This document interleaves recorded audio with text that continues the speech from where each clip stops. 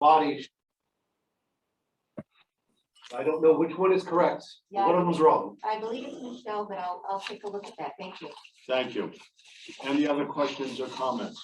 Okay, Sylvia, could we do a roll call for both the people in attendance and the approval?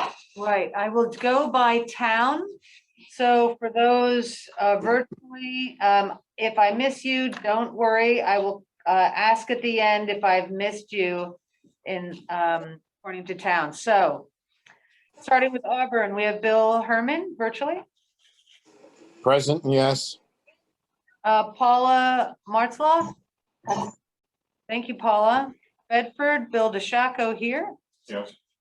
And Barbara Salvatore online. President, yes. Thanks, Barbara. We have Brian Lord also online. Hi, present, yes. Did I miss anyone from Bedford? Usually we have a lot of people from Bedford. Okay. Did I miss Al Hall? I thought he was coming and I didn't see him. He was going to, but he just left voicemail that he's unable to attend. Okay, thank you, Linda. From Chester in the room, we have Andrew Haddock. Present and abstain. Thank you, Andrew. And Deb Munson. Present and yes. And also in the room, Deerfield, Bob Cody.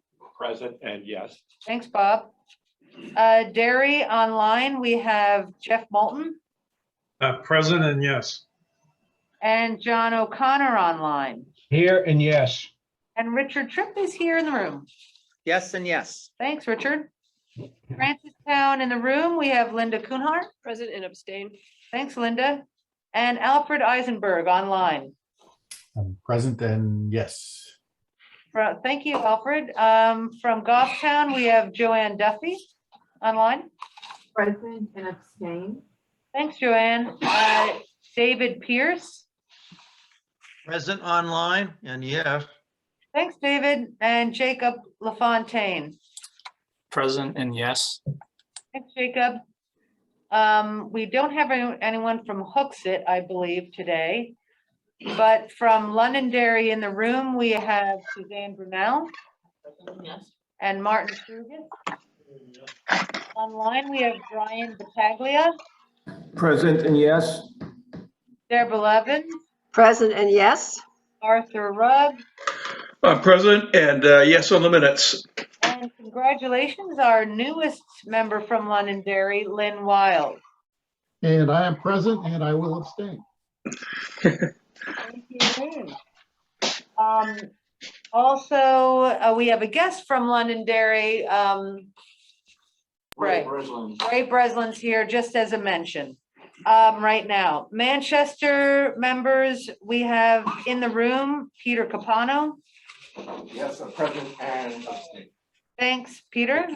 Raymond Clement. Present, yes. And Don Waldron is right behind me. Present and Did I miss anyone online from Manchester? No, okay, great. From New Boston, right behind me is Mark Sunan. present and yes. Thanks, Mark. Where we have Tom Clow online. Here, yes. From Wyndham in the room, we have Peter Griffin, our new chair. Yes, present and yes. Thank you, Peter. And John Hiltz is online. Present and yes. Also member of the MPO from DOT, we have Lucy St. John online. Present and abstain. Thanks, Lucy. Non-voting member, but still a member of the MPO, Tim White. Tim, you out there? Yes. Thanks, Tim. Present. And we have a guest, Dean Williams from Central Regional Planning Commission. Yeah, I'm present. And Brenda's iPad, could that happen to be Rudy Cartier? Well, yes, it is, and yes and yes. Aha. Well, that might be your wife, let me guess. It is. Okay, well, that solved that mystery. Brenda's computer. Okay, thank you, Rudy. Did I miss any member? All right, wonderful. Thanks, everyone, for being here today. We obviously have other members of the public and staff. So thanks, everyone, for being here today. Take it away, Peter. Thank you, Sylvia. And we have two items under old business, two really great items. The first is the presentation of the Raymond E. Closson Award. It's my understanding that Jeff Moulton will be doing the honors on that. Yeah, thank you, Peter. So this year's Closson Award has held a variety of key positions to government and planning. And some of his most notable contributions are 5 years as a state representative, chair of the Committee on Environment and Agriculture, and was a key figure for lobbying for expansion of the net metering legislation that was recently signed. He was on the Committee of Public Works and Highways and various other boards and committees. He's also been a member of the Southern New Hampshire Planning Commission for 9 years, 11 years on the Dairy Planning Board, currently serving as chairman, member of the Dairy Net Zero Task Force, which has implemented over $900,000 per year in energy savings, member of the Rockingham County Building Committee, UNH Cooperative Extensions volunteer, Marion Garr Community Center Board of Directors, Knights of Columbus, a Boy Scout leader, a veteran of the Air Force, disability veteran, and a husband, father, and grandfather. So I'm pleased to present the 2021 Raymond Closson Award to a good friend, John O'Connor. Thank you, John. Very impressed. I'm shocked. Well, thank you very, very much. Well deserved. Appreciate it. Thank you.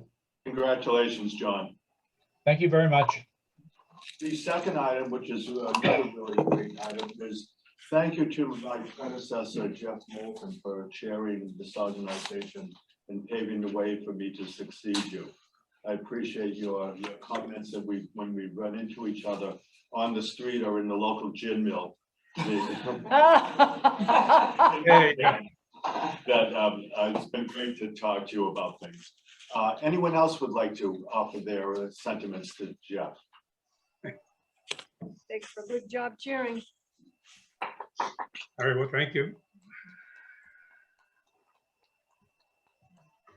Just as an explanation, I mean, there's a restaurant in Wyndham where I live. The chef does venture down from the North Country, that is Derry, on occasion to have dinner there. So, and I see him. The next item is the Southern New Hampshire fiscal year 21-24 TIP amendment number 2. And you all should have received attachments. Okay, thanks.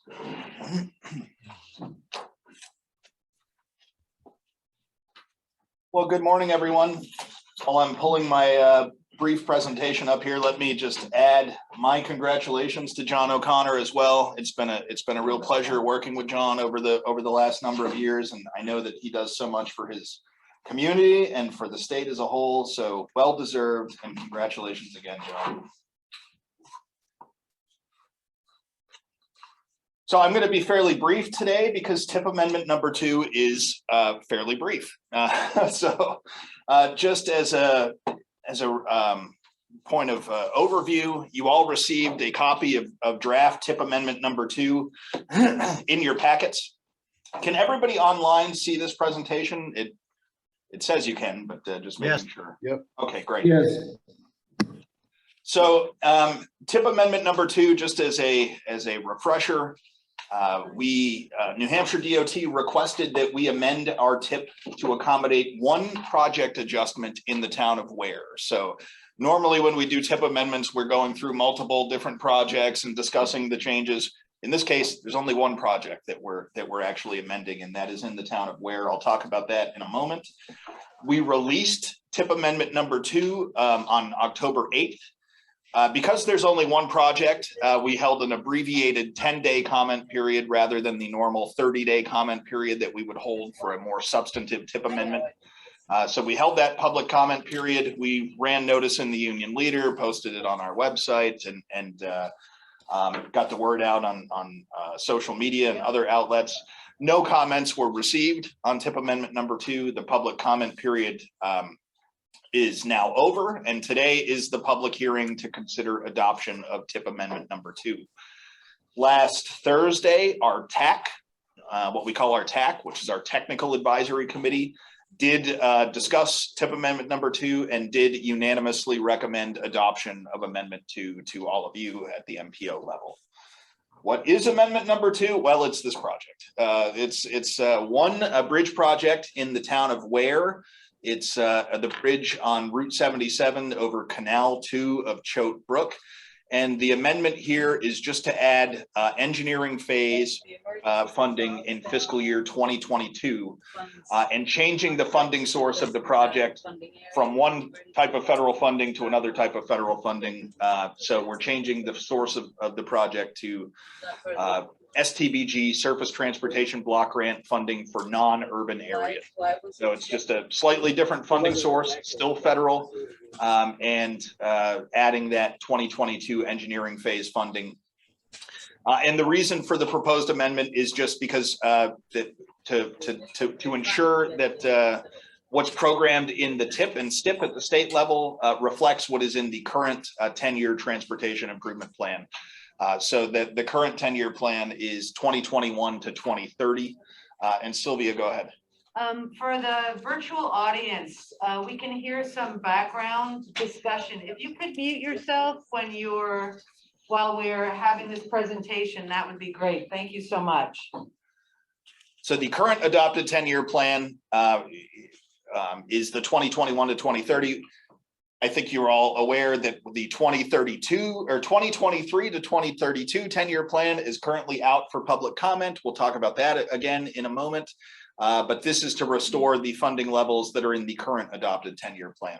So good news for this project. Engineering is going to happen earlier, and that's a good thing when we're talking about bridges.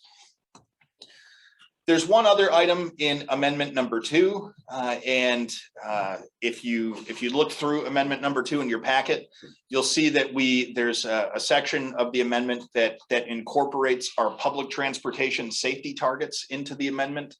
That's due to a federal regulation that requires that all MPOs, including us, incorporate public transportation safety targets in the first TIP or TIP amendment occurring after July 20th, 2021. So this is our first TIP amendment occurring after July 20th of 2021. We need to make sure that our public transit targets are incorporated into the TIP accordingly. And if you all recall, we discussed this in detail, and we actually adopted regional public transportation safety targets back in May of 2021. So those have now been formally incorporated into the TIP as part of Amendment 2, just because of the timing of Amendment 2 being the first one that has occurred after July 20th. So if you saw that section of the amendment and wondered, why is that in here? That's why. And then completely aside from the TIP, in the category of just an announcement, just a reminder that the Governor's Advisory Commission on Intermodal Transportation, what we call GACIT, G-A-C-I-T, is having their final public hearing on the draft 10-year plan in our region tonight. So there are other hearings that they're wrapping up in other parts of the state. The final hearing in our region is tonight in the town of Derry. It's at 7 p.m. at the Derry Municipal Center. I'm sure everybody knows where that is in Derry. It's right downtown on 14 Manning Street. And this will be hosted by Executive Counselor Janet Stevens. So we've had 2 previous hearings in the region, one in Londonderry at the end of September and one in Manchester at the end of September. Both of those were in Councillor Gatsis's district, so he was the host. Derry is actually in Councillor Stevens' district, so Councillor Stevens will be overseeing the hearing this evening. So if you have thoughts about the draft 10-year plan, tonight would be an excellent opportunity to share those thoughts. I believe there may be a virtual component as well. So if you can't attend in person, there may be a virtual option to attend this meeting. I would advise to check the New Hampshire DOT's website to see what the login details might be for the virtual component. But the in-person component will be at the Derry Municipal Center tonight at 7.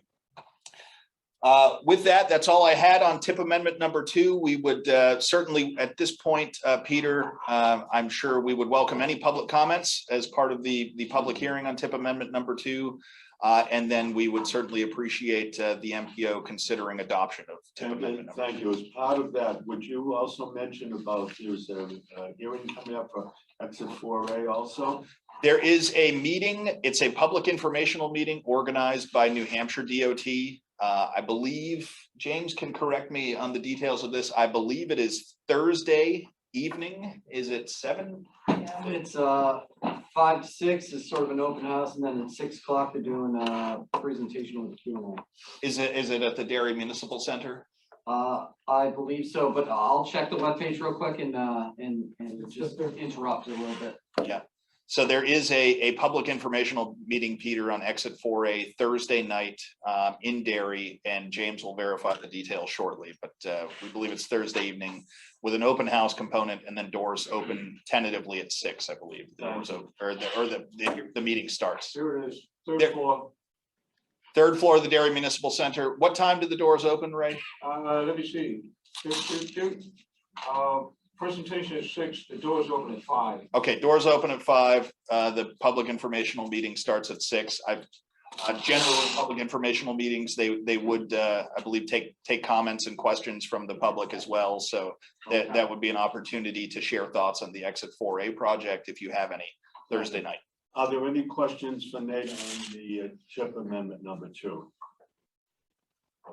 Yes, sir. So just curious, why funding in 2022, no funding in 2023, and then maintain funding in 2024? Why the gap? That's what's in the current 10-year plan. I believe when they're talking about fiscal 22 is an obligation of funding in fiscal 22. So essentially, The work will be 2023. yes. Okay. Correct. Any further questions or comments? Not seeing any, I'm going to call for motion to adopt tip amendment number 2. So moved, Linda Kuhnhart, Francistown. Second, Zachary? Richard Tripp, Derry. Sylvia, do you want to do a roll call, please?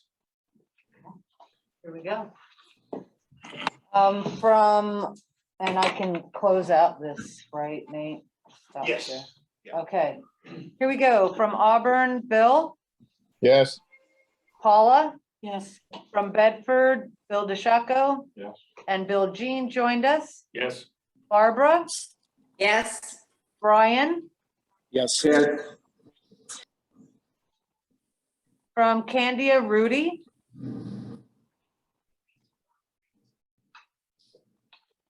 Okay, I'll move on. Yes. Okay, thanks, Rudy. From Chester, Andrew, Yes. Deb, Yes. from Deerfield, Bob, Yes. Derry, Jeff, Yeah, yes. and John. Yes. Thanks, John, and Richard Tripp. Yes. Thanks, Richard. Francistown, Alfred, Yes. Linda, Aye. thank you. From Goffstown, all online, Joanne, Yes. David, Yes. and Jacob. Yes.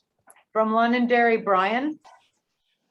Yes, I already said yes. We called out Brian earlier. Thought you were talking to me. Well, we're going by town. So we're on Londonderry, but thank you. And hopefully Brian Lord said yes for Bedford. I did, but my toes are stepped on. I'm fine now. Okay, I will have to remember to say full names for the Brians. Okay.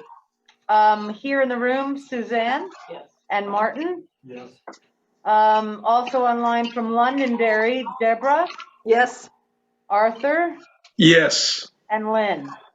Yes. Thank you, Lynn. Manchester in the room, we have Peter Yes. and Ray Yes. and Don. Yes.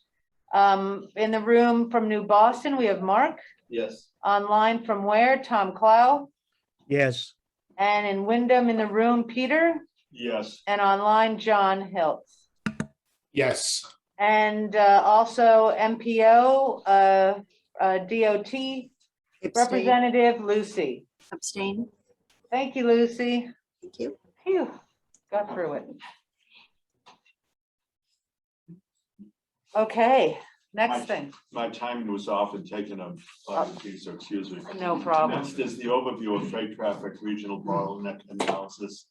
And Carl Eppich will be doing the presentation. I have to find Carl. Good morning, everybody. You hear me okay? Okay, Carl, I've made you a co-host so you can share your screen. Okay. Can you guys hear me okay? You are coming in kind of weird, I have to say. Huh. Well, maybe now a little better. Maybe I'll speak a little louder. Okay, it just getting some feedback, but it sounds okay now. Can you guys see my screen? Yes. Yes. And what's it say? Regional Regional- freight bottlenecks. Okay, that's the right one, because I've got two screens over here. All right. Let me It's just not get in presentation mode, just so you know. I'm pressing that button right now. How about now? Okay, looks good from my end. How about on your end, everyone? Yes. Okay. All right. Well, I'm going to try and keep this fairly quick. In fact, I've got a timer here and try and keep it to 15 minutes. But just for those of you who aren't aware, freight planning is a big part of what MPOs do. Not a huge part, but it's something relatively new in the last decade or so. And as part of our work plan for the last 2 years and going forward, we have been charged with looking at freight bottlenecks. And I'm sorry, my name's Carl Eppich. I'm the principal transportation planner here at Southern New Hampshire Planning. So I've got about 15 slides, and if you've got a question during a slide, speak up, or if you can wait till the end, please hold. So as I've said, what we're going to cover here today is why we're doing freight planning, why it's an important transportation planning issue, recent national freight bottleneck issues you've probably heard about in the news, the statewide freight system I'll touch on, identifying state and regional bottlenecks, key findings and insights, and locating SNHPC bottlenecks within segments, meaning they're longer segments, but where is the actual problem happening? Mapping and our next steps. So why freight is important in transportation planning.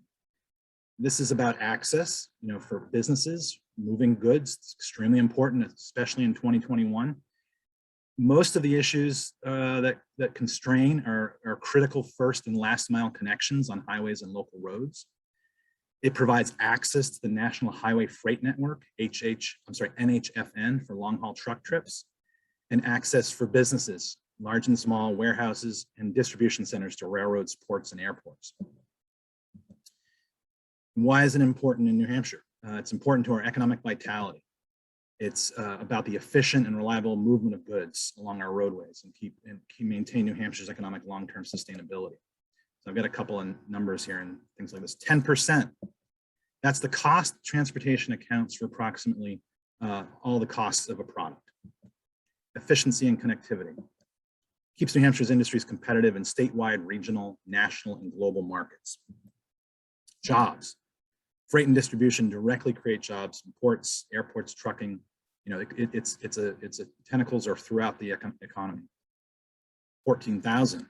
That's the overall number of jobs in New Hampshire for transportation logistics, and the distribution. This is the cover of the NHDOT statewide freight plan, which was released in January of 2019. The Federal FAST Act, Fixing America's Surface Transportation Act, requires that states receive funding under this NHFP, the National Highway Freight Program, to develop statewide freight plan, and they did that. And the New Hampshire Freight Plan satisfies this provision. But within that plan, I forgot to get these here. This is just kind of showing you right out of the plan the allocation of funds under this program. It amounts to about almost $15 million.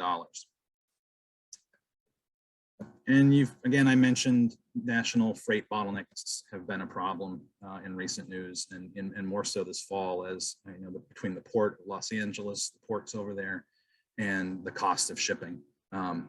Bottlenecks are everywhere, and the more traffic we have, both passenger cars and trucks, as well as trains. There's issues a few years ago at the rail in Chicago and at the ports, as I've already mentioned.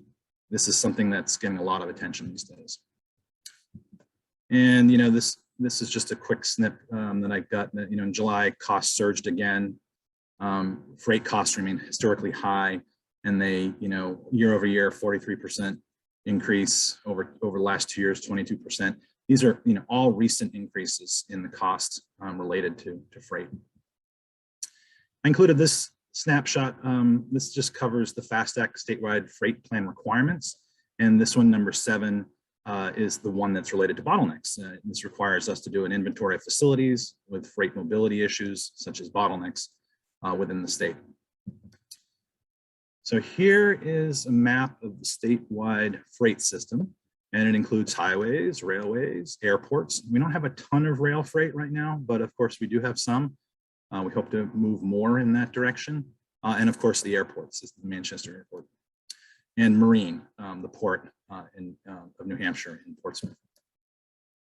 Now the state did a full analysis of all those routes and identified probably, I'm going to guess, close to 100 bottlenecks.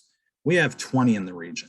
And of that 20, 14 are categorized as high priority, 4 as medium, and 2 are low. And that, you're going to take a look at each of those. They're spread throughout the region, but they're definitely concentrated in Manchester. I'm not going to read too much on this slide. Those who are interested, the data comes from the National Performance Management Research Data Set. This has been designated by our federal highway partners as the preferred baseline data set. And what it does is it uses real-time speed data from things like cell phones, GPS, other probe data to aggregate data about movement of vehicles and look at a baseline speed and then be able to compare it during certain times of day, which helps us to identify bottleneck areas. The reference speed is typical free flow speed and is usually related to the speed limit. This is pretty technical, but if anybody's interested in it, I'd be happy to spend some more time with you on it, or Zach and I can both do this. And again, there's much more here, but the important thing here is that it's both a quantitative analysis using real data, and then there's some qualitative data from observations and experience within the state. Here's the list. I've color coded it. Each one has an ID, and the green ones at the top are the high priority, the 14, the 3 in the middle are medium priority, and the 2 at the bottom are low priority. And I think it's, I can't remember exactly how they're prioritized, but it's related to, I think, the volume and severity of slowdowns on each of these segments. Key here is there's about 74 miles of segments, but there's not actually 74 miles of congestion. And that's what this exercise does. It goes and looks at where exactly the pinch points are. And we'll cover some of those types of locations in a second. The key findings of the bottlenecks analysis is that truck bottlenecks identified are located almost exclusively along non-interstate corridors, such as arterials and collectors, which becomes our jurisdiction. This is a long explanation if you'd like to read it. The fact that the bottlenecks are mostly located along non-interstates with less through traffic means they represent issues with the first and last mile connections for freight. It's again a problem that we can work on regionally and locally. And the good news is that there are significant opportunities to make improvements in truck access and travel time by focusing specifically on these bottleneck issues and monitoring them over time, see how we're doing for improvement. This is the map of the region with each of the segments, the entire segment in orange. You can see they go north to south, and there's in the south, far south in Wyndham and Londonderry, that 102 and 111, but the majority of them are in and around Manchester.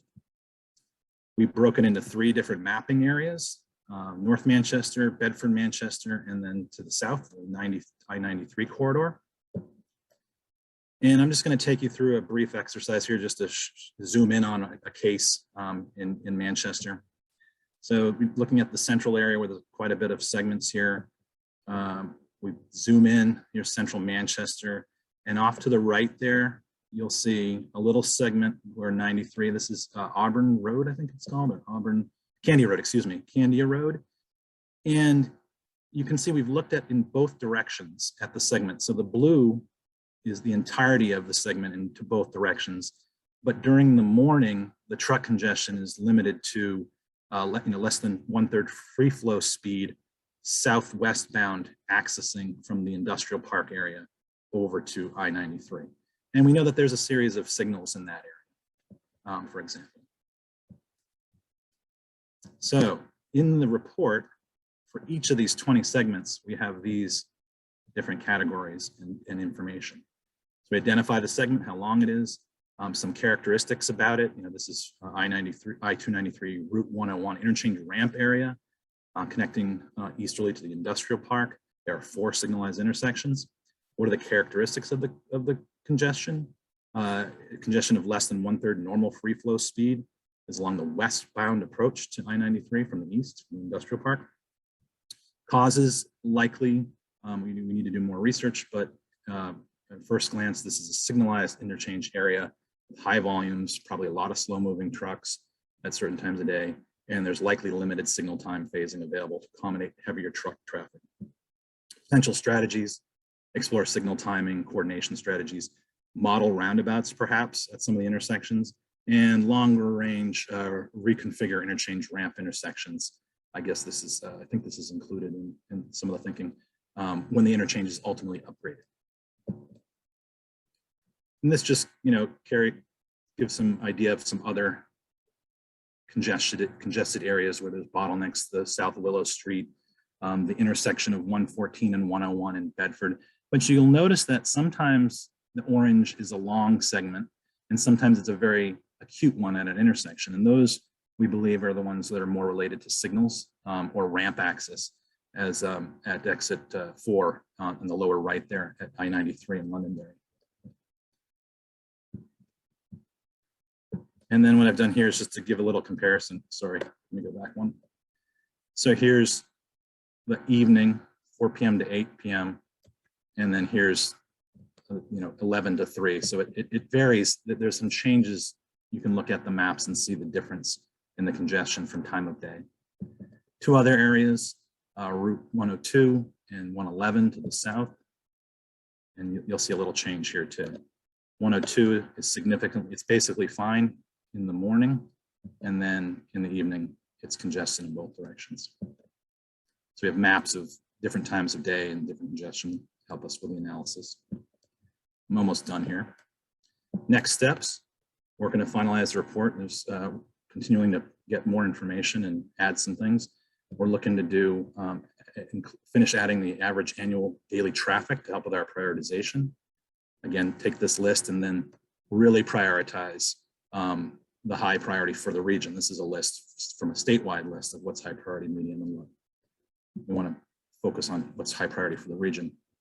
To incorporate the identification of freight bottlenecks related improvements to the MTP planned projects, meaning, okay, we have projects already planned in the MTP. Do these projects incorporate fixes for bottlenecks? And ultimately coordinate with New Hampshire DOT on areas, on routes that do not have projects today, and that we need to build some or develop some projects to help with congestion, truck related and other.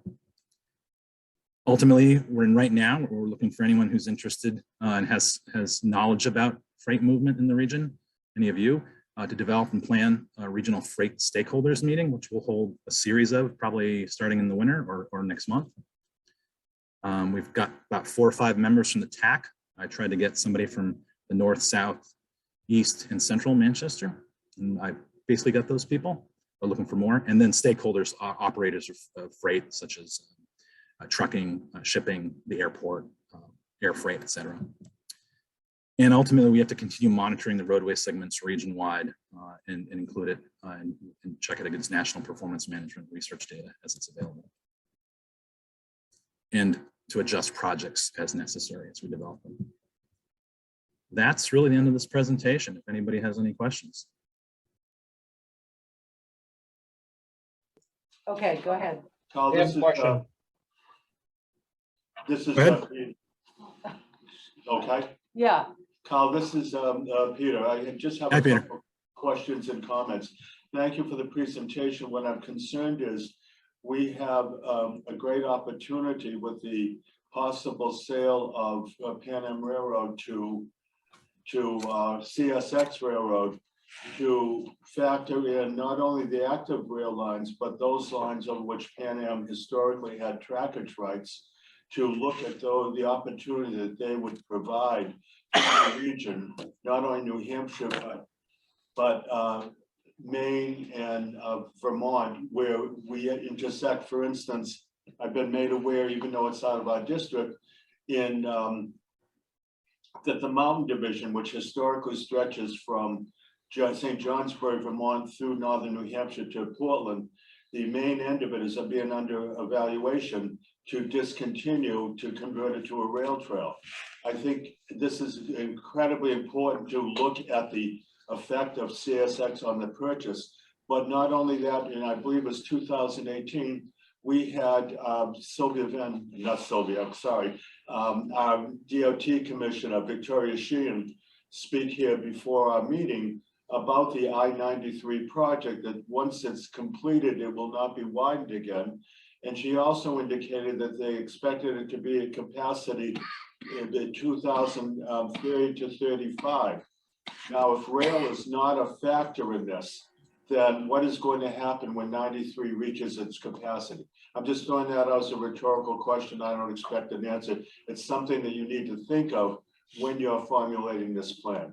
Now, enough of me. Who else would like to ask Kyle some questions? Yes. Thank you, Peter. Richard Tripp from Derry. I got a couple questions. Since Peter brought up rail trails, how is the conversion of a lot of the abandoned rail lines being converted to rail trails going to impact re-expanding rail traffic? How it's going to impact it? I think it's, I've heard, I don't know specifically about the agreements or ownership statements or whatever it is within the region, but I know that some of the thinking has historically been that when the need arises, that those rail corridors could be converted back. But I think that's on a case-by-case basis. The point I'll take from Peter is that, I know that there's looking at active passenger rail from Manchester to Nashua. Upgrading rail for any purpose is a step in the right direction. So I know that seeming progress takes a long time. I know presents an opportunity for faster rail freight, at least from the Manchester area south. But for existing rail or old rail corridors that have been converted to rail trail, I think that would be on a case-by-case basis and have to look at what those agreements were, ownership and otherwise. Carl, I have a follow-up. oh, sure. I'm sorry. Go ahead. You mentioned that part of the problem with the log jams is signaling and whatever, and that roundabouts were being considered. What would be the criteria for converting a signalized intersection to a roundabout? There's obviously a study or studies, multiple intersection studies would need to be done. I know of certain places, the 101 over in Keene, which is a heavy truck route. Obviously, you got to have the space or the ability to acquire the space. I think the balance of the intersection as well, whether or not it's just take a four-way roundabout. If it's just a through movement, sometimes signals can do a better job.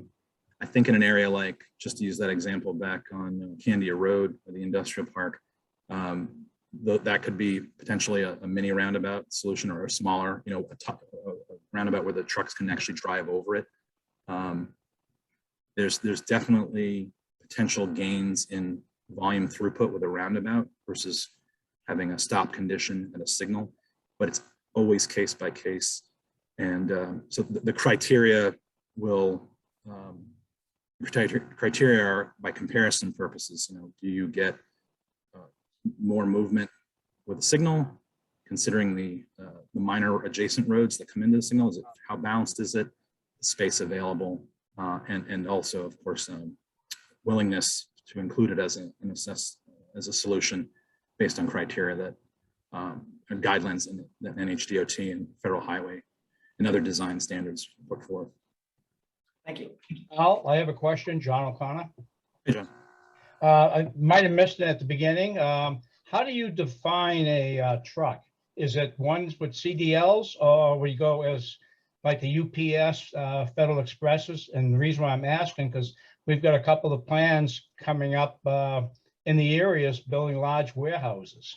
And especially if Amazon comes in, Logistics centers, take that yeah. into consideration. My short answer is I'm not sure which types of vehicles were included. You know, is it everything from the largest semi trucks, WB67s, all the way down to, you know, a smaller freight delivery truck, like an Amazon van or even smaller. I'm not certain what was included. I think it's in the NHDOT freight plan, the different types of vehicles that were included in that data. But I don't know off the top of my head. I think it's, you know, likely categorized vehicles that are known to carry freight and deliveries. Okay, thank you. Other than that, I don't know how to answer the question. Go ahead, please, Tim. Deb Bunsen, from Chester. Hi, Deb.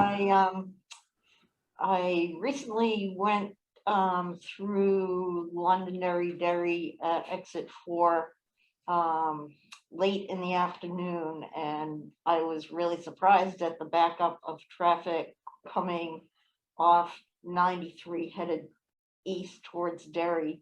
And it seems like, you know, the issue is, I don't remember seeing lots of big trucks or anything in the traffic. So it seems like the issue is car traffic is snagging up truck traffic. Are there ever any conditions where you actually create a truck route or a truck lane and give trucks the separate way to go or anything like that? Is that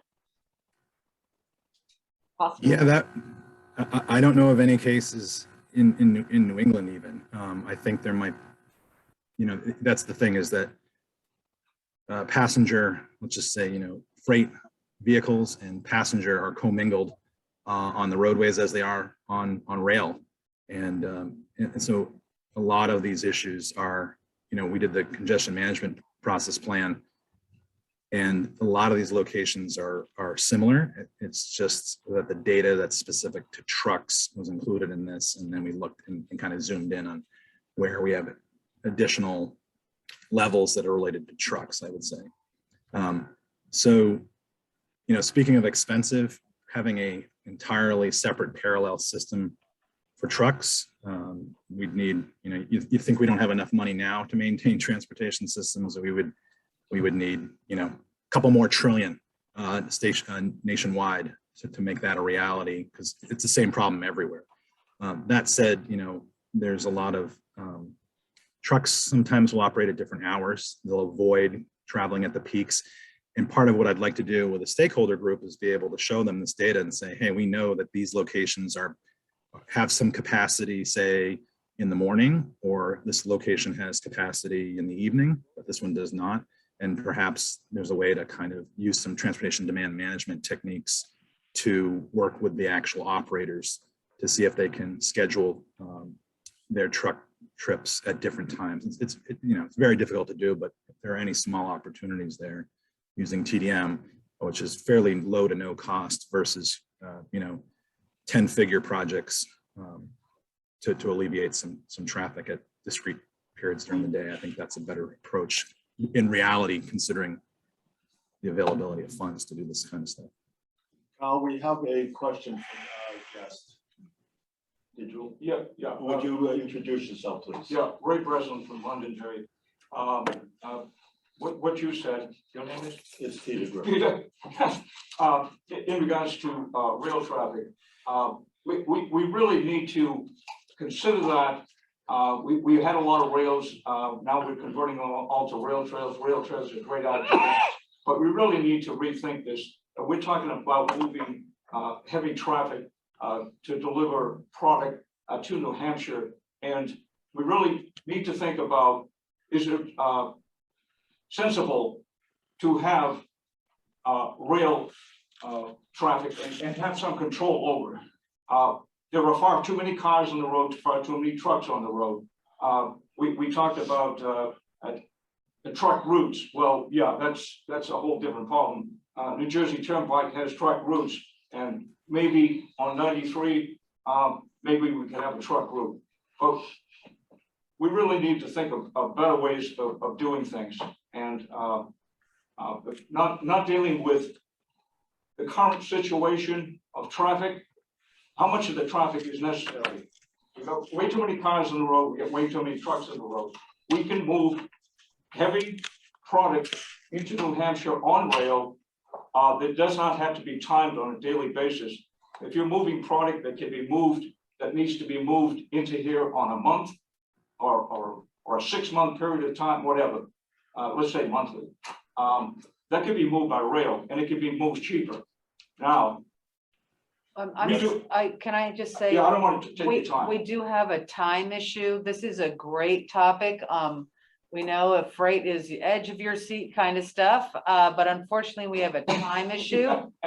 And Carl is creating this stakeholder group. If our commissioners or guests are interested in this topic, please contact Carl. But Zach is waiting on the sidelines to do his presentation. If I All right, might, Peter. I'll bounce out. Thank you, everyone. Sylvia. And thank you, Kyle. Just as a clarification, all of these presentations will be on the Southern New Hampshire website. Is that correct? Yes. Thank you. Yep. Moving right along here, it's 2020 Census Redistricting Data Review, and presented will be Zach Swick. I made you a co-host, Zach, so you're set to go. Okay, let's see.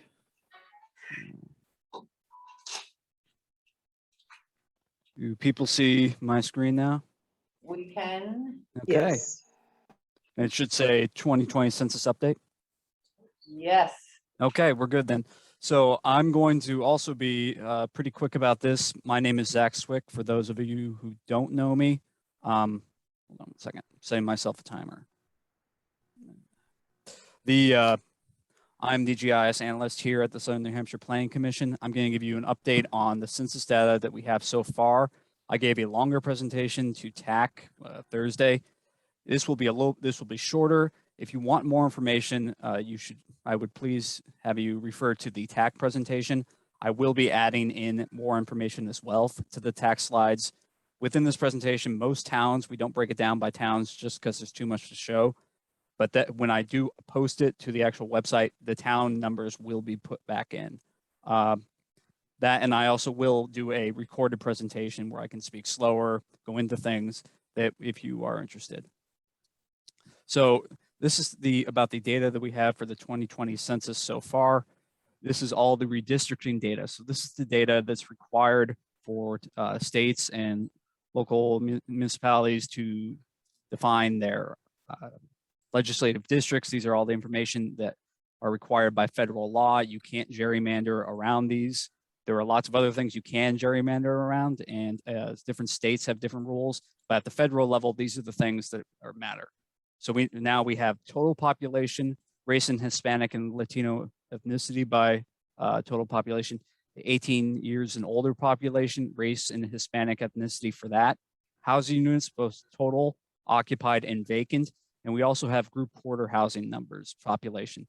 But I'm going to go ahead and skip over that one today because we don't have a lot of that in our region. Like if we were the Seacoast or some of these places with large universities. So population, we're going to talk about a couple things. One, I'm going to talk about Metro New Hampshire, which are all these counties that are metropolitans, that's Hillsborough, Rockingham, and Stratford counties. That's the southeast part of the state. Non-metro are all the other counties, including Merrimack, which Hooksett is part of. I'm also going to break the towns into a couple different groups. One is Manchester, the other is towns over 10,000. So these are Bedford, Derry, Goffstown, Hooksett, Londonderry, and Windham, and then towns under 10,000. These are Auburn, Candia, Chester, Deerfield, Francistown, New Boston, and Ware. And so that's about 6 and 7. That's about an equal split between the different towns. So in 2020, New Hampshire has about 1.4 million people. And as you can see that, we talk about New Hampshire being a rural state, and in terms of land, it is. New Hampshire is about 93% rural. But when we talk about people, 3 in 5 New Hampshire residents live in an urban area, and 3 in 5 live in a metropolitan area. So in that sense, we're more metropolitan area. If we look at the different years, for 2010 to 2020, we grew the second fastest in New England behind Massachusetts. We were previously the fastest in the last decade. So we have this year, this decade, we added about 61,000 people net. So that's 4.6%. The natural increases, so that's births exceeding deaths, only occurred in 3 in 10 counties. That is, 89% of New Hampshire's growth in the last decade was due to migration. Only Hillsborough, Rockingham, and Stratford saw natural increases. New Hampshire's population over time, in 1900 and again in 1940, New Hampshire was about the same size density as Vermont. And then after 1940, New Hampshire saw increased suburbanization and exurbanization development as a result of both the suburbanization of America and the expansion of the interstate and expressways, allow people to commute to northern Massachusetts. So in New Hampshire in 1970, we had about 740,000 people. You can see that. So on the left, the chart, the bar graph is showing the overall total number. On the right, the bar graph is showing the number that is added each decade, and these are the net numbers. So we don't know exactly how many people left or came back. We just know the exact numbers that were there when they took the count. So you can see New Hampshire grows fairly substantially between 1970 and 2020. And then, we're growing a lot by the first few decades of the 1970 to 80, 80, 90, 90, 20, and then we're slowing down as time goes on. If we look at the Southern New Hampshire Planning Commission, if we look at the state divided into metro and non-metro, we can see that both metro and non-metropolitan New Hampshire are growing, although they start to slow, and you can see the metro by the last decade that non-metro is slowing significantly, while metro is keeping relatively steady.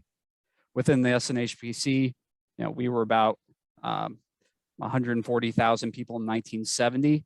We grew the most during the 80s, but we've slowed down a little bit. We did have a slight uptick in the last decade. If we break up Manchester and into the rest of the region, you can see in 1970, Manchester was significantly larger than the rest of the region. And then as we have that continued suburbanization of the last 20th century, last part of the 20th century, we can see that the other towns, the other 13 municipalities come to have more residents than Manchester. And Manchester is not adding a whole lot, but then is adding more over the last few decades, and the rest of the region is slowing down as we begin to reach urban, suburban, exurban, infill in some of these areas. If we look at the over 10,000 towns, under 10,000 towns, we see a lot of the same thing. They're growing. The towns over 10,000 are growing very fast in terms of in absolute numbers, but they're starting to slow down towards in the last few decades. This is looking at the rate of change between the different areas. We have SNHPCs in black, Metro New Hampshire's in the blue, non-Metros in red. We see that we're growing faster or in line with Metro New Hampshire. And then in the last couple decades, non-Metro begins to slow down in its overall growth. If we break our region down into the over 10,000, under 10,000, the region as a whole, and Manchester, you can see that the other towns that are not Manchester are growing about the same rate up until 2000, and then they start to split apart as the smaller towns are growing faster just by virtue that they're smaller, and their relative rates are therefore higher. So in 2020, we had about our 7% growth rate, new residents for our region. That's actually faster than we had in the past, but slower if we break it down into the other towns. But we are faster than the overall state rate, and we're also much faster than, you can see, the non-metro rate, only grew by 2%. Here's a graph of the overall change, and the scale there is consistent between the two graphs. So this is 2000 to 2010 on the left, 2000, 2020 on the right.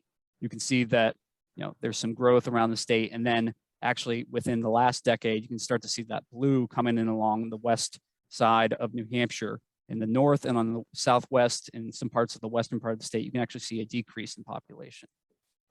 Here's the overall, here's the relative rate. You can see that, in 2000, 2010, there were some hot spots kind of all over the state. And again, it's starting to slow down in 2010, 2020 with actually some decreases along the west side.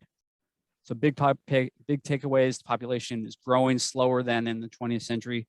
Most of the growth is, it varies regionally. Most of it's in the southeast. And then the largest absolute change, or we'll go ahead and skip that. Population less than 18 years old, we're just going to call them minors. You can see that minors have fallen all across the state and all across the region. As a percentage, we've actually gained, a number of minors in our region, but as a percentage of the overall population, they have decreased. And so we have, 14, minors now make up 14% less of the population than they did, let's say, in 1970. But our rate is fairly much in line with the rest of New Hampshire. And you can see this if we look at the growth rate of minors. You can see in New Hampshire that it peaks in about 2000 and then drops off. And that's true whether you're looking at our region, you're looking at the metropolitan region, you're looking at non-metro, and now we're all declining all across the board. And you see that in our region, even the towns that were growing very fast in the 80s and 90s are now decreasing as well. And what you see, you can also see this in terms of minors per occupied unit. So we can think of this, how many minors per household. In our region, 1980, you could expect about 0.8 minors per household. Now it's 0.53.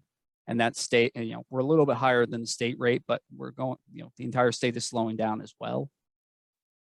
So the number of minors in the region is falling slower for us than the state, but still falling.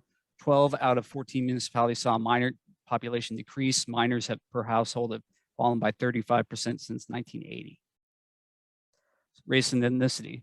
New Hampshire is now the fourth least diverse state in the United States. We were previously the third, but we're still well behind the national average. The United States is 1.6 times more diverse than Manchester. So you can see that, even our most diverse region is still, or even our most diverse municipality is still far less diverse than the United States as a whole. The population is growing across all our different towns, whether it's, you see the region, the whole in the top left, Manchester, over 10,000 towns, under 10,000 towns, and the population is growing in all these different communities. And we break it out by the number of growths. You can see that as a whole, actually, we saw a decrease in the last decade of net white alone, not Hispanic or Latino population in the SNHPC. And even in towns such as, under 10,000 towns. So these are the new Bostons. These are small towns. The minority population rate, growth rate, the minority population growth is about the same as the non-minority growth. Although it varies widely across the state and the region, these are two very different scales. So pay attention to that on the bottom. But on the right, on the left, you can see that Nashua has the most diverse population of the state. But then when you look down at much smaller units on the right, these are basically neighborhoods. You can see that, we get to neighborhoods where essentially 2 and 3 people are a racial or ethnic minority. So even across the state, even across cities, it can vary substantially. And the younger generation is much more likely to be a racial or ethnic minority than the older generation. And as for SNHPC as a whole, it's 1.8. Minor is 1.8 times more likely to be a minority than somebody over 18. And we don't have data that breaks it down by, at precise ages yet. But if we look at the 2019 5-year ACS, we can see that, an SNHPC resident under 25 is, more than 4 times as likely to be a minority than somebody over 65. So the number of racial and ethnic minorities is growing in our region, but it's still very low by national standards. Regional population is concentrated in Manchester, but it's increasing in every municipality. The minor population is twice more diverse than the adult population. Housing. So in 1980, we had about less than 400,000 housing units, and we now have about, let's say, 650,000. We built a lot in the 1980s and to 1990s and slowed down a little bit. And then you can see in between 2000 2010, we have another bump up, and that's the both the housing boom and bust. And then after that, we've never really recovered. But it's actually more complicated than that, because if we break it into metro and non-metro, you can see that before everybody was building, even in 2000, 2010, both non-metro and metro were both building. But then in the last decade, non-metro has not built at all. Very few net housing units have been built outside of Hillsborough, Rockingham, and Stratford counties. In our region, we had about 65,000 housing units in 1980. We've, not quite doubled that, but we've come a lot. We had a big boom in the 80s, and then we've been continuing about the same rate since that time. So the housing boom had a smaller effect on our region compared to other parts of the state. We look at Manchester and non-Manchester, you can see that most of the boom was outside of Manchester in the 80s and 90s, but now they're starting to move towards each other. And excuse me, the rate is declining, but pretty steady. We look at over 10,000 towns and under 10,000 towns. You can see that the number of being built in over 10,000 towns is slowing significantly. The under 10,000 towns is slowed somewhat, but it's still, not quite as it's not quite as significant a decrease. We look at in the relative terms, you can see that Metro and SNHPC have been building about the same rate, and then non-Metro was keeping up, and then about 2010 something happened, and suddenly growth plateaued, and no more net new housing units were being built in the non-Metro regions of the state. We break it down by our different towns. The building, over 10,000, under 10,000 towns were about in line until about the year 2000. And then the over 10,000 started slowing down, still significantly pretty fast and still pretty high growth, but not as high as our underground or under 10,000 towns, which would make sense since they are smaller and have more room to grow.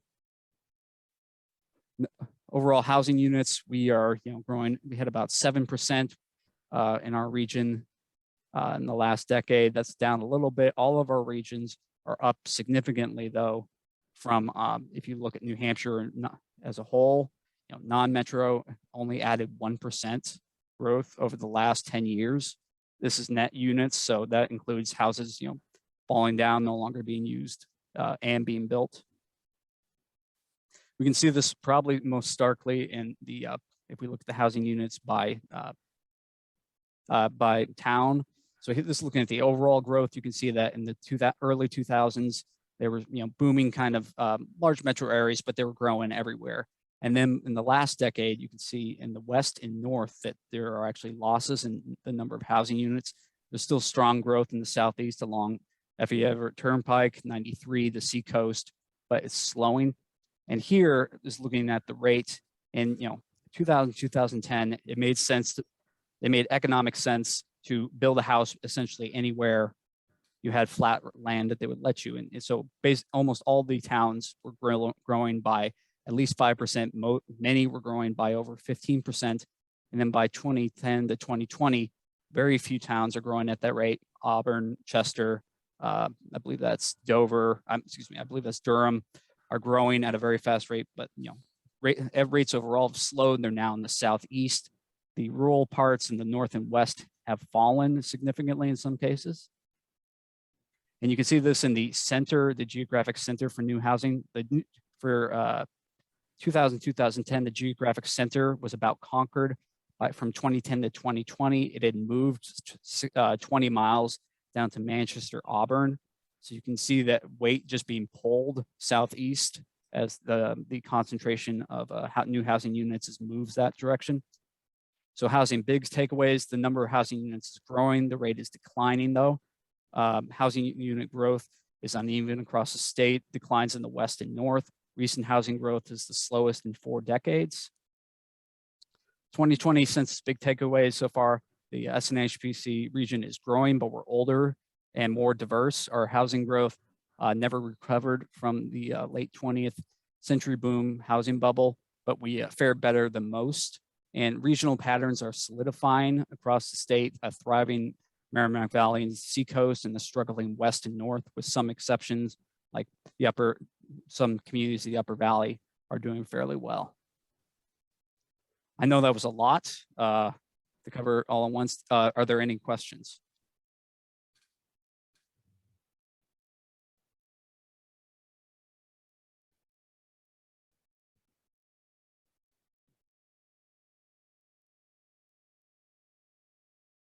Okay, I'm not hearing any questions, so I guess it's over to you, Sylvia.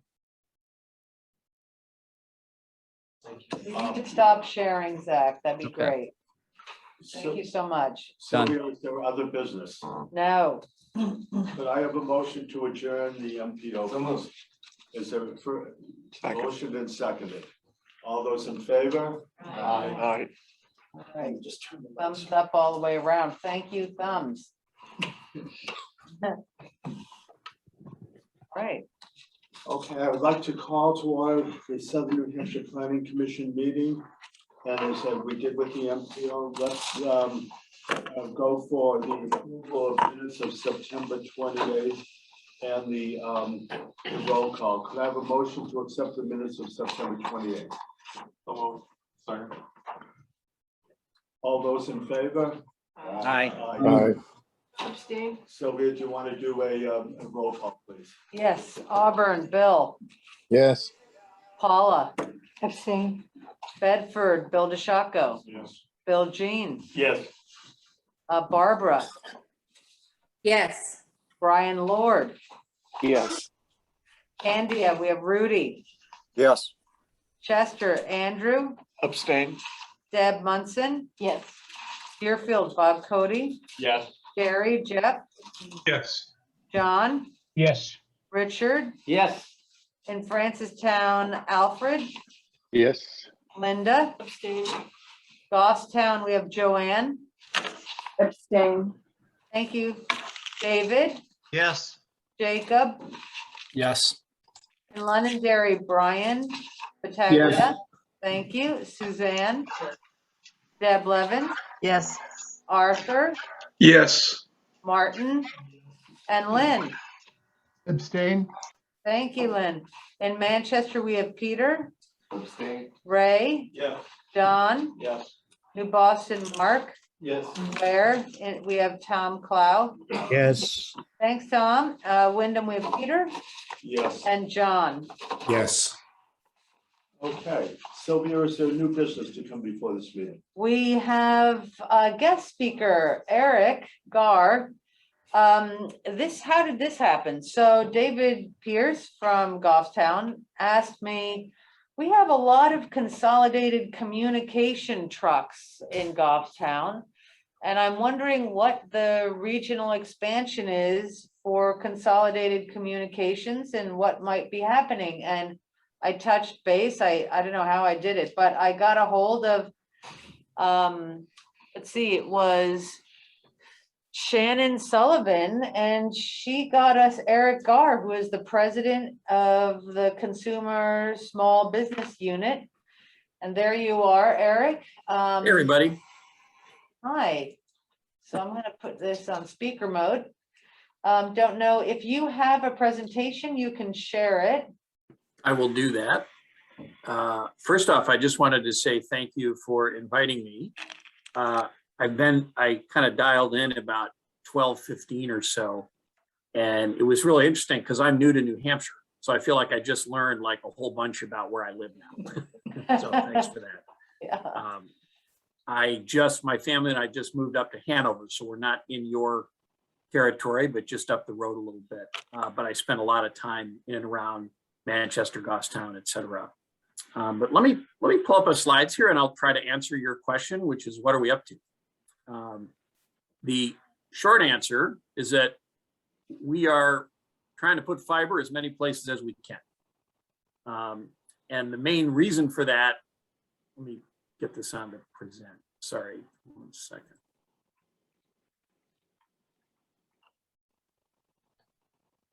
Okay, can everybody see that? Yes. Great. So we're trying to get rid of this problem. I'm sure everyone's seen this problem. They've seen their internet hang. They may be trying to download something on Netflix. You may be trying to upload something for work. But this is a persistent problem. Where I've moved up in Hanover, I have this problem often. And we've really kind of completely changed our company over the last little bit to try to solve that problem of getting better broadband across our footprint. So let me give you some highlights of some of the changes at Consolidated, because we're not the same company we were a year ago. And then I'll zero in a little bit more on about kind of what we're doing in your area and what the customer experience that we'll be launching here in the next couple months will look like. Before we get too far into this, I wanted to mention, in addition to being new to New Hampshire, I'm new to Consolidated. So I've been at the company about 6 months. Prior to that, I built all of the Google Fiber networks on the East Coast. And before that, I was at the Federal Communications Commission, where I helped write a national broadband plan. So I've really spent my career, when anyone asks me what I do, I joke that I'm a digital plumber. I'm the person that actually builds all the stuff that we use that enables us to have meetings like this, using things like Zoom and tools like that. So a little bit about what's been going on at the company, and then we'll zero into Southern New Hampshire. You know, Consolidated's had its ups and downs for sure. I think that, you know, as I got to know the company, it was clear that, well, they've had some challenges. They've been given a new lease on life. So the company was recapitalized late last year. We managed to raise about $425 million to essentially upgrade our network. So right now, if you have Consolidated DSL service, I should probably apologize to you. It's probably not an awesome experience. But the best thing we can do to improve that is to upgrade our network to fiber. So that $425 million translates to upgrading a little over 1.2 million households and about 70% of our footprint. So if you think of it in New Hampshire context, we serve a large portion of the state. 70% of that portion will get upgraded to fiber through this investment. The question we often get is, why not 100%? The truth is, private capital will only fund networks in areas where there's a fair amount of density. So, you know, in places like Goffstown, where the question originated, we're building network. Goffstown has sufficient density for us to make our business case. Some of the more rural parts of our state, particularly down in Cheshire County, we've benefited from great public-private partnerships and some state funding to try to go even further than 70% of our footprint, which we'll keep doing. A couple other changes. I joined, so like I said, I've been here a little bit, really excited to be here. Also really excited to live in Northern New England. I mean, what a nifty little corner of the world. We've also been hard at work more over in the Keene area. So before I got here, the company, with very different financial circumstances, really partnered with the state and tried to get subsidy money to really address what was a pretty big problem in kind of the Monadnock region. And so we've been able to craft several public-private partnerships there, as well as put our own capital into Keene. And, you know, that part of the state now has quite a bit more access to fiber optic internet service than it did several years ago. I was in a presentation by someone from the state government saying that that used to be the most underserved area, and we've seem to have turned that tide, which is really, really great. So that's kind of what we've been up to. We're not the same company we were a year ago, and we're building as quickly as we can. So the question, of course, is how do we do it, and what does it mean to your community? So I'll go through those points next. You know, when we approach an area, we kind of go through it in a couple phases. We do some planning, we build, we splice, we ultimately test and start talking to customers, and then we get ready for sale. So just as context, in Goffstown, we just finished testing. So you have seen a lot of construction activity in Goffstown. That network is now ready, and we're just opening for sale kind of, I think, just in the last couple of days. again, just to put it in context, this year we upgraded about 150,000 homes. We'll do similar efforts until we get to 70% of our passings. Let me zero in on kind of where we are in the communities that I perceive to be part of your group. I pulled this from your website, so if there's somebody here that's not here that I didn't know about, my apologies. I'm happy to give you some update, but you know, we can't do everything all at once. We've been building in Manchester. We are complete in Derry and Londonderry. We're doing, again, testing and pre-orders in Goffstown. We're doing some construction in Deerfield, and then most everything else is in our planning stage. We intend to build in the dense portions of all of these towns.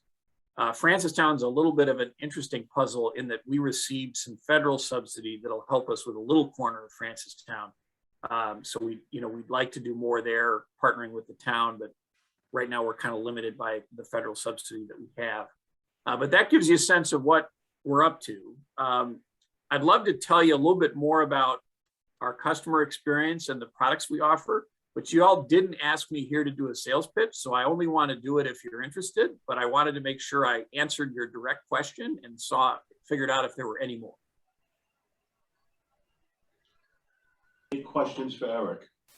I have a question, John O'Connor. Hi, John. Hi. You must have been planning for this because I received this in the mail yesterday, and it's from Consolidated. Now, my question is, I have in my house a Verizon Vioxx box system for their fiber.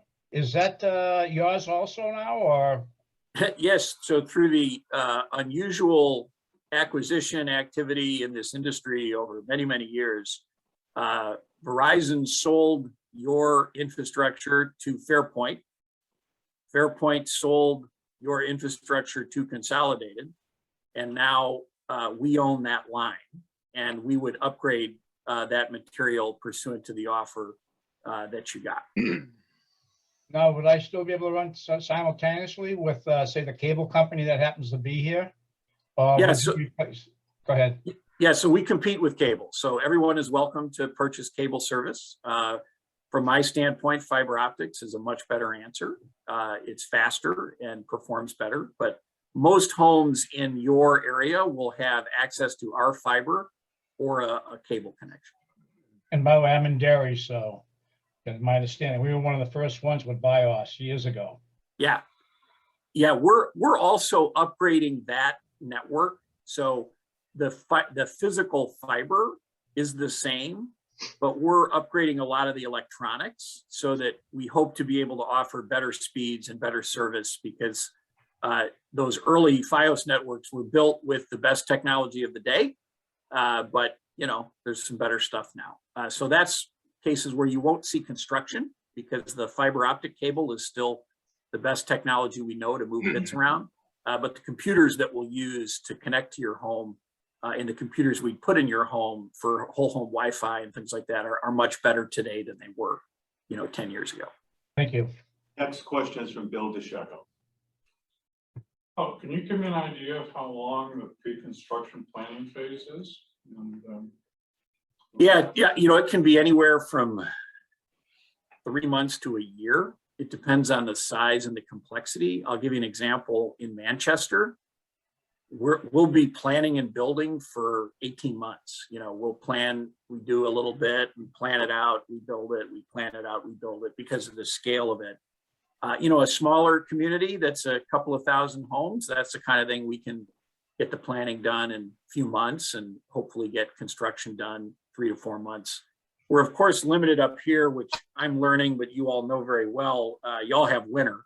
I moved here from North Carolina, so I'm getting used to that. Don't worry, I grew up in Michigan. Most people look concerned when I tell them I've moved here from the South, but I remind them I'm from a winter place.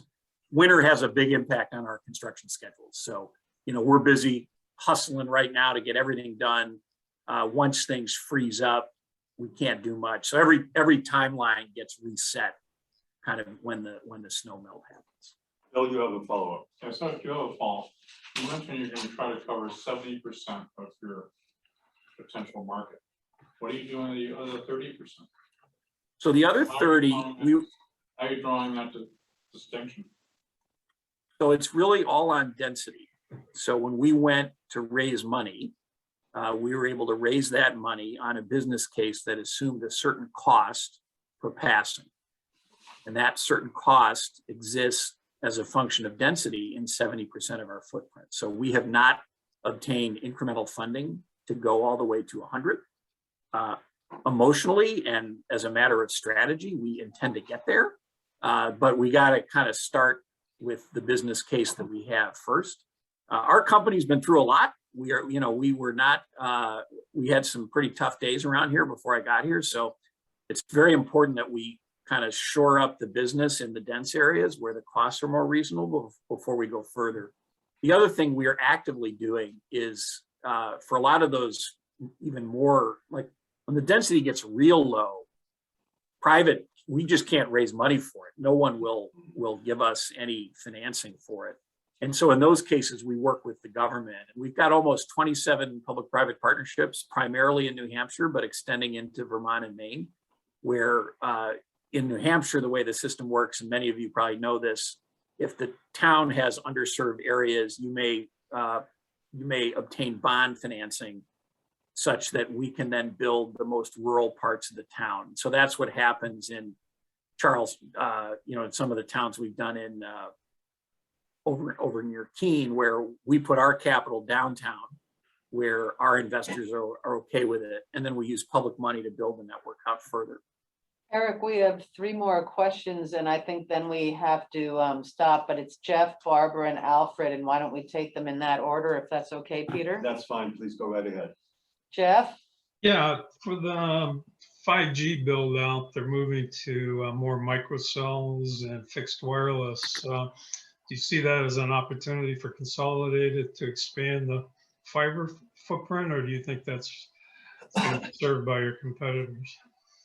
So we often will provide fiber service to someone providing 5G through our commercial business. So in that sense, we support those 5G builds. We also have a point of view that those are not, in our view, as good of an answer for residential use as a fiber connection to your house. So we'll continue to partner with people providing 5G, but we'll keep our business to putting fiber to as many homes as we can. Okay, Barbara. You have not addressed the end cost to the residential user. And as the state continues to be one of the oldest in the country, more telemedicine is occurring, yet people are on fixed incomes. How is your company planning to make equitable access and affordable access available? Sure, I didn't go into the sales pitch because that's not what y'all asked me to do. Our initial pricing for a 50 meg fiber circuit is $35 a month, which I think is a pretty affordable price. We also are participating in the EBB program, which is a federal subsidy. For those that qualify, they can get a portion of their internet bill paid for by the federal government. Our pricing's on our website. We've also committed to improving our pricing practices. So as we get into next year, we're taking away a lot of the fees that are not real pleasant for consumers, trying to get to just a very simple, transparent price that you can see on our website and that isn't going to move around every 5 minutes like perhaps our industry has done in the past. Price points below that, to be honest, we can't afford to offer. It just doesn't, the economics don't work for us. But we've tried to offer what I think is a really good product at a low price. And we have participated in the federal subsidy program, which we'll continue to do. That to me is those are the 2 things we've tried to do to address that problem. Thanks, Erik. And Alfred, last question. Hey, Alfred. Hey, Erik. Hey, I was just wondering, there's like going to be a train of funding opportunities from the government, it looks like, coming shortly with ARPA and future infrastructure funds. Do you see this accelerating the getting to that other 30 in these low density areas? And by the way, thanks for putting Francistown on your planning list there. So we have not forgotten about you, Alfred. As you and I have discussed, yours is not a simple problem. So it's a tricky one. Look, I think the public financing that's coming, and look, full disclosure, I served in the Obama administration at the FCC. I am a person who believes that this is a good use of tax dollars.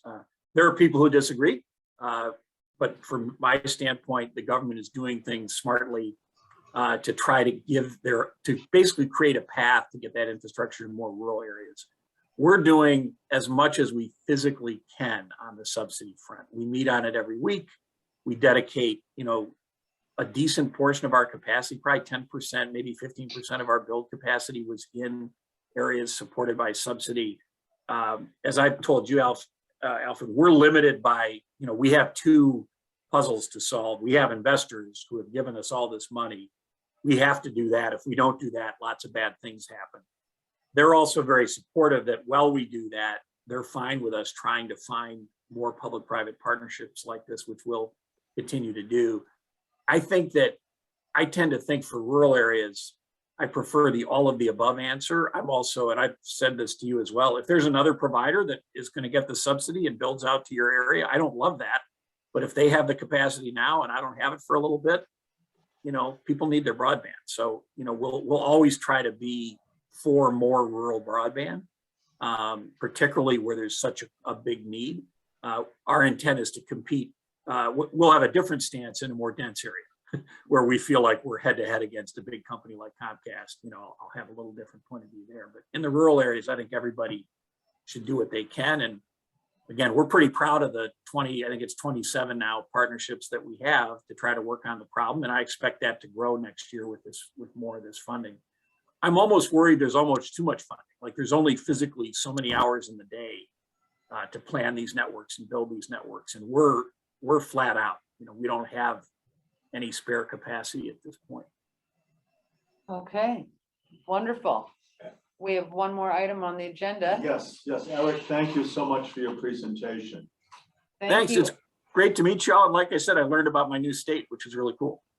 Join us anytime, Eric.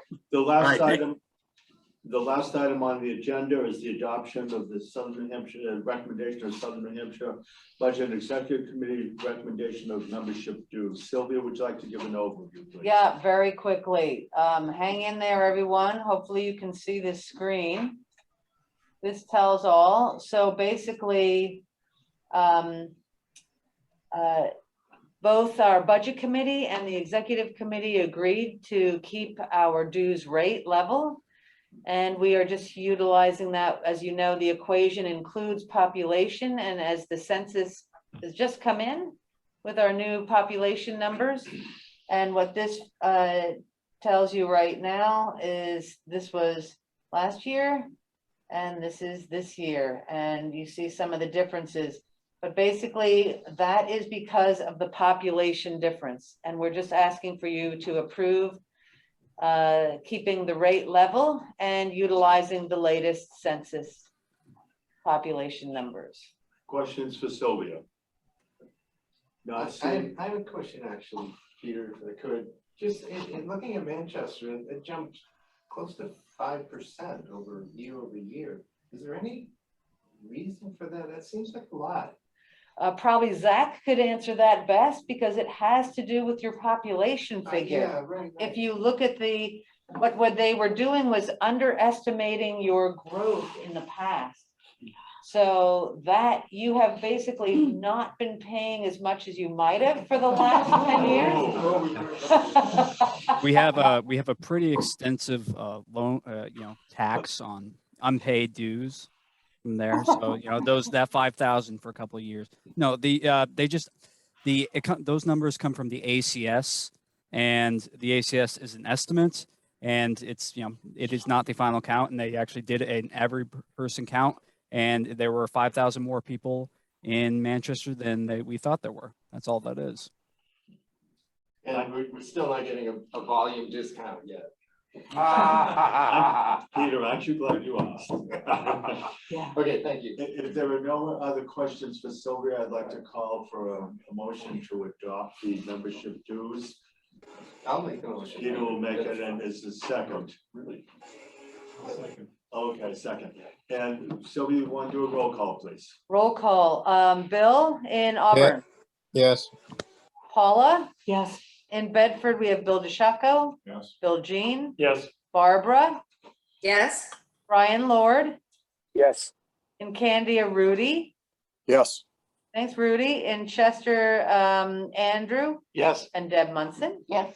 Deerfield, Bob, Yes. Derry, Jeff, Yes. also in Derry, John, Yes. here in the room, Richard, Yes. Francistown, Alfred, Yes. Linda. Yes. From Goffstown, we have Joanne. Yes. Thank you for hanging in there. David. Vote yes. Thank you, David. Jacob.